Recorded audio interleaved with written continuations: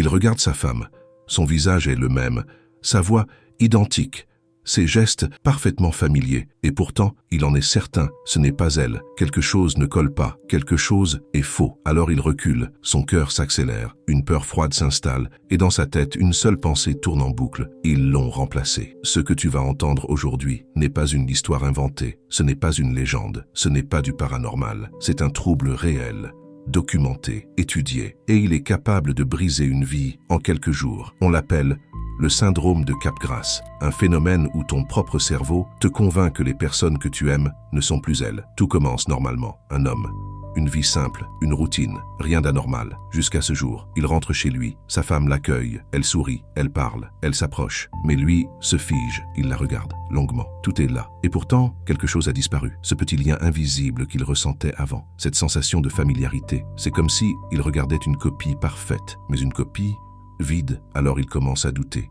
Il teste, il pose des questions, des souvenirs, des détails intimes. Elle répond correctement, tout est cohérent. Et pourtant, plus elle parle, plus l'angoisse monte.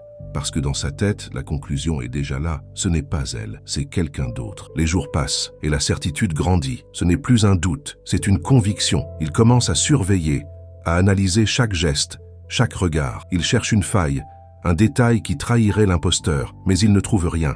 Parce qu'il n'y a rien, et c'est ça le pire. Alors son cerveau comble le vide, il imagine. Peut-être qu'elle a été remplacée pendant la nuit, peut-être que quelqu'un l'observe, peut-être qu'il est surveillé. La paranoïa s'installe.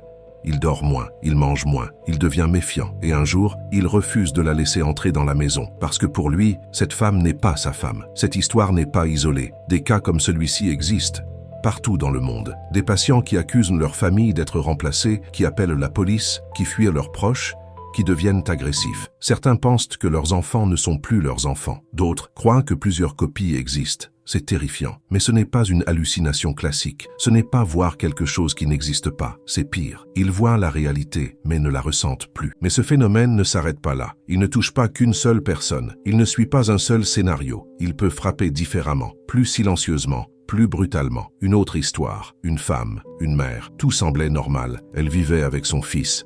Elle s'occupait de lui, elle connaissait chaque détail de son visage, ses expressions, sa voix, ses habitudes. Puis, un jour, quelque chose change. Elle le regarde, et un doute apparaît, léger, presque invisible, mais suffisant. Elle continue sa journée, elle lui parle, elle agit normalement. Mais dans sa tête, quelque chose ne va plus. Ce regard, ce n'est pas le même. Ce sourire, il est identique, mais faux, comme une imitation parfaite. Alors elle commence à observer, plus attentivement. Elle analyse chaque détail, chaque geste, chaque mot. Tout est correct, tout est cohérent. Et pourtant, une sensation étrange s'installe, une distance, comme si ce garçon n'était pas vraiment son fils. Les jours passent, et le doute devient certitude. Elle commence à éviter son regard, à limiter les échanges. Elle ne dit rien, mais à l'intérieur, tout se fissure. Elle se convainc que quelque chose s'est produit, peut-être un remplacement, peut-être une manipulation, peut-être pire. Alors elle cherche des preuves, elle teste, elle pose des questions sur le passé, sur des souvenirs d'enfance. Il répond correctement, parfaitement, et c'est ça qui la trouble encore plus, parce que si ce n'est pas son fils, alors comment peut-il tout savoir? Son cerveau ne lâche pas, il insiste, il construit une explication, une seule qui semble logique pour elle. Quelqu'un a pris sa place, et à partir de ce moment-là, elle n'arrive plus à revenir en arrière. La relation se transforme, elle devient distante, froide, parfois méfiante. Son propre enfant devient un étranger, quelqu'un qu'elle observe, qu'elle analyse, qu'elle redoute presque, et lui ne comprend pas. Il voit sa mère changer, s'éloigner, se fermer, sans raison apparente. Dans certains cas comme celui-ci, la situation peut durer des semaines, des mois, parfois plus, parce que pour la personne atteinte, ce n'est pas une impression, ce n'est pas un doute passager. C'est une réalité, une évidence. Et plus on essaie de la convaincre du contraire, plus elle se braque, parce que son cerveau a déjà choisi, et il ne revient pas en arrière. Pour comprendre, il faut entrer dans le cerveau. Quand tu regardes quelqu'un que tu aimes, il se passe deux choses. Tu reconnais son visage, et tu ressens une émotion liée à cette personne. Ces deux systèmes travaillent ensemble. Toujours, c'est automatique, invisible. Mais dans le syndrome de Capgras, le lien entre ces deux systèmes est brisé. Résultat, tu reconnais le visage, mais l'émotion ne vient pas, et ton cerveau déteste ça. Il ne supporte pas l'incohérence. Alors il crée une explication. Si je ne ressens rien, alors ce n'est pas la bonne personne. Et là, tout bascule. Ce qui rend ce syndrome si dangereux, c'est qu'il est logique. Du point de vue du patient, tout a du sens. Il voit quelqu'un. il ne ressent rien, donc ce n'est pas la bonne personne. C'est une conclusion rationnelle, basée sur une erreur du cerveau. Et plus le temps passe, plus cette idée s'ancre. Elle devient indiscutable, impossible à remettre en question.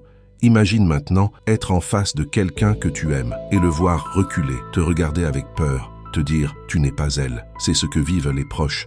Ils sont là, présents, réels, mais rejetés. Certains patients coupent totalement les liens.